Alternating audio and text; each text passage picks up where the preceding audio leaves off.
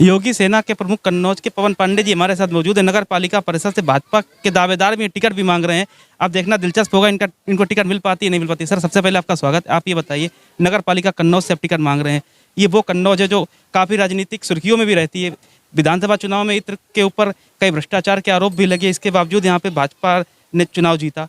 क्या कहना चाहेंगे इस सीट के बारे में? देखिए, ऐसा है, ये तो इतिहास की नगरी से राजा जयचंद के समय से कन्नौज जाना जाता है और भ्रष्टाचार के इत्र में कहीं पे कुछ है ही नहीं। अब कोई आदमी अपने यहाँ खजाना लिए बैठा हो तो उससे इत्र उद्योग से क्या मतलब है। यहाँ तो जो इत्र उद्योग है वो बहुत ही नीचे तबका से लोग आते हैं, फूल लेके आते हैं हमारे यहाँ, देख से हम लोग उसको इत्र निकालते हैं और इत्र निकालने के उपरांत निकालने के उपरांत फिर हम लोग उसको डिसल्यूट करके बाकी बेचते हैं।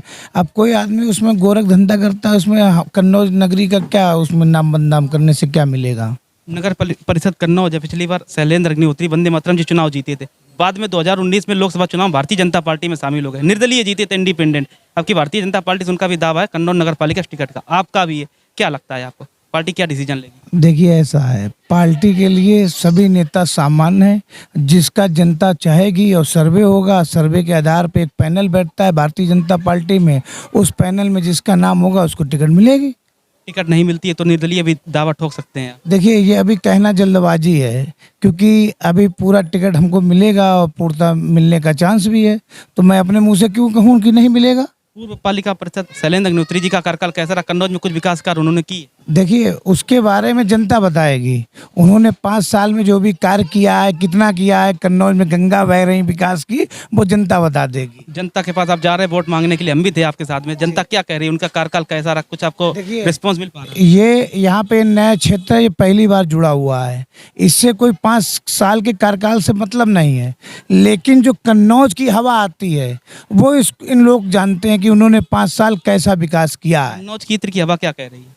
इत्र की हवा तो सब ठीक कह रही है। इत्र की हवा जो जनता के बीच में रहेगा, जनता के बीच में काम करेगा, गरीबों के बीच में जाएगा, उसको जनता वोट देगी। आपका मुकाबला किससे होने की उम्मीद है, समाजवादी पार्टी से ही कि निर्दलीय से? देखिए, हमारा मुकाबला किसी से है ही नहीं। हमारा मुकाबला, मैंने जनता में अगर 6 साल में काम किया होगा तो जनता हमको वोट देगी। अगर मैंने 6 साल में काम ही नहीं किया होगा, जनता क्यों वोट दे हमको भाई। जब मैंने काम किया उस दम पे मैं जनता के बीच में जाता हूँ। मैं तो आपके चैनल के माध्यम से खुले चैलेंज करता हूँ, एक भी शख्स, चाहे वो वर्तमान चेयरमैन हो या जो जितने यहाँ पे प्रत्याशी हैं, केवल जनता से ही पूछ लिया जैसे लोग 6 साल कहाँ थे। समाजवादी पार्टी का गढ़ है, पिछली विधानसभा चुनाव में सीट हार चुके, पिछली बार नगर पालिका चुनाव भी समाजवादी पार्टी चुनाव ये सीट नहीं बचा पाई। अब की बार पूरी दमखम के साथ मैदान में हो सकता है अखिलेश यादव भी चुनावी कैंपेन कर दें, 2024 का चुनाव भी सर पर है, उस पर क्या आपकी राय? देखिए, ऐसा है कि ये कभी गढ़ हुआ करता था, अब ये कतई गढ़ खत्म हो गया। ना समाजवादी का गढ़ है ना बचा हुआ है। यहाँ पे राम राज्य चल रहा है, कोई भी गुंडा एक भी रह नहीं गया है और पूर्णतः सब लोग भारतीय जनता पार्टी के साथ में है और कहीं सपा का कोई गढ़ नहीं है। नगर पालिका कन्नौज में कौन से काम करेंगे जीतने के बाद? देखिए, मैं जीतने के बाद मेरे मुख्य मुद्दे हैं। उन मुद्दों में सबसे पहले मेरा चैरियट के थ्रू अस्पताल का निर्माण होगा। जो हमारे गरीब जनता जाती है उसको इलाज नहीं मिल पाता है। जो गर्भवती मेरी माताएं जाते हैं अपना प्राइवेट में 35,000 40,000 ऐसे करके रुपए लेते हैं, तो नगर पालिका माध्यम से एक चैरियट के थ्रू अस्पताल देंगे। और दूसरा मेरा मुद्दा होगा शिक्षा का, क्योंकि आज की महंगाई के दौर में हर आदमी की इच्छा यही होती है कि हमारा बच्चा अच्छे कॉलेज में अच्छी एजुकेशन पढ़े। लेकिन क्या बताया जाए कि आज की में इतनी महंगाई हो गई है, इसलिए मैं नगर पालिका से एक स्कूल का भी निर्माण करूंगा। फ्री कोचिंग का भी एक मुद्दा चल रहा है, काफ़ी जोर शोर से आपके विधायक असीम अरोड़ जी उठा रहे हैं कि अब बुद्ध कोचिंग जो फ्री चलती है उत्तर प्रदेश सरकार को, वो हम लॉन्च करेंगे। अभी तक वो योजना भी कन्नौज पे धरातल पे नहीं उतर पाई है। देखिए, ऐसा है, उसके लिए हमारे यहाँ के बुलाकीपुरवा के मास्टर साहब हैं और इससे पहले मैंने एक पुस्तकालय का निर्माण भी कराया था। वो पुस्तकालय है बाबा अम्बेडकर के नीचे है, तो वहाँ पे हम लोग जो सहयोग हो जाता है वो सहयोग कर देते हैं। वो केवल इसी के लिए है कि 80 समाज के बच्चे, जो गरीब तबका में कोई समाज हो, उसमें 80 समाज का नाम लेना हमें लगता अच्छा नहीं लगता है, क्योंकि जो भी गरीब है वो हमारे लिए भाई है। उसका बच्चा पढ़ेगा, जब उसका बच्चा पढ़ेगा तभी कुछ बनेगा। हर माँ बाप की आशा होती है। तो हम लोग इस स्कूल का निर्माण करेंगे और माननीय असीम जी की अच्छी फाइल है और हर आदमी बच्चा पढ़े और वो शासन में इस बात को रखते मैं स्वागत करता हूँ। अखिलेश यादव ने एक नई स्कीम शुरू की, अम्बेडकरवादी, पहले उनके इसमें नहीं जुड़ा था, अम्बेडकरवादी शुरू की है, अब उस पर क्या उनको फर्क मिलेगा, वोट का असर पड़ेगा उनका इस पालिका में? देखिए उनका इसलिए नहीं पड़ेगा फर्क, क्योंकि ओबीसी प्लस अम्बेडकरवादी, ये उनका गठजोड़ बनाने की कोशिश, प्लस छोटी छोटी पार्टियां। देखिए वो कोई भी अब गढ़ बनाए या संगठन बनाए, जनता सब जानती है। आज से आप 6 साल पहले चले जाइए, जब इनकी सरकार थी तो कोई की ताकत नहीं थी जो रात के 10 बजे तक निकल जाए, लुट जाते थे।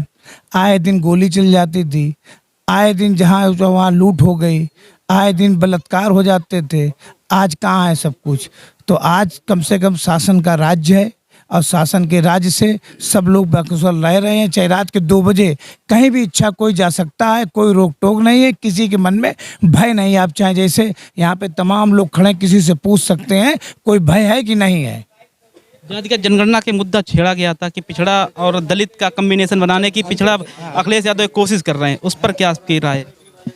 देखिए जाति का जनगणना करने के शासन स्तर पर उसका काम है। शासन को जो सही लगेगा वो कर। भाई आने वाले समय में चुनाव थोड़ा और परवान चढ़ेगा, तब क्या आपकी रहेगी राय, कैसे वोट मांगेंगे, डोर टू डोर कैसे कम्पीट करेंगे? देखिए हम लोग डोर टू डोर तो हमेशा वोट मांगते ही हैं। हमारा जो पूरा बना हुआ है वो बूथ स्तर तक लोग सब गठित हैं। अब बूथ स्तर तक गठित हैं तो हमें कहीं जाने की जरूरत है। ये तो परिवार है, हम लोग वोट को परिवार मान के चलते हैं, उस हिसाब से अपना वोट मांगते हैं। कितने आश्वस्त हैं कन्नौज नगर पालिका जीतने के लिए? देखिए आश्वस्त तो हम लोग पूर्णतः हैं, उसमें कोई डाउट भी नहीं है।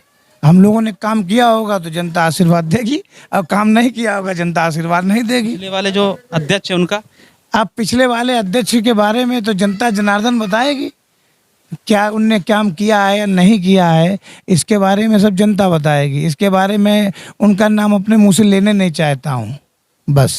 धन्यवाद हमसे बात करने। तो ये थे पवन पांडे जी, योगी सेना का प्रमुख, आश्वस्त हैं कि भारतीय जनता पार्टी उनको टिकट देगी। अब वो चुनावी मैदान में कन्नौज नगर पालिका से उतरेंगे। आने वाले समय में जनता क्या जवाब देगी, ये तो फैसला 13 मई को ही होगा कि कन्नौज नगर पालिका का अध्यक्ष कौन बनेगा। और अधिक खबरों के लिए देखते रहिए हमारे चैनल D12 न्यूज़ को। अगर आपको अपने चैनल को यूट्यूब पर सब्सक्राइब नहीं किया तो यूट्यूब पर सब्सक्राइब कीजिए, फेसबुक पर फॉलो कीजिए। कैमरामैन मोहित के साथ सौरभ सप्ताह, D12 न्यूज़ कन्नौज।